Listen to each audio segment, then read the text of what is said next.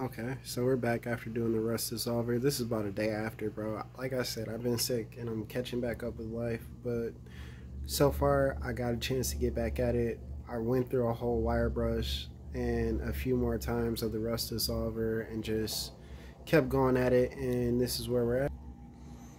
As you can see, it looks a lot better than what it did the first day, and we're actually somewhere now. We're about to get that coat of primer on there because a lot of it's, you can see a few pits in there, but I got some filler primer that's going to help out really well.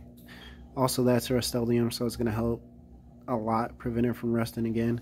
Some of this stuff was just like almost too far gone, but saved it. It's not like any holes or nothing major, but made the best out of it. Got it down to as low as I could.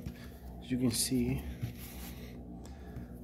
it's a lot better than it did before. About to take it outside and prime this thing up right quick. Show you what it looks like. Hang on, cat. I don't even know what color to paint this. I'm trying to tell y'all. Tell me what color to paint this. Come on.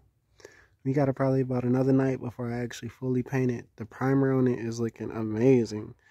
I'll let y'all see the final reveal. I still got to flip it over after it dry and paint the other side. But just saying, just after it's primed though. Whew, I need to put a mask on right quick because I'm about high. No, I'm just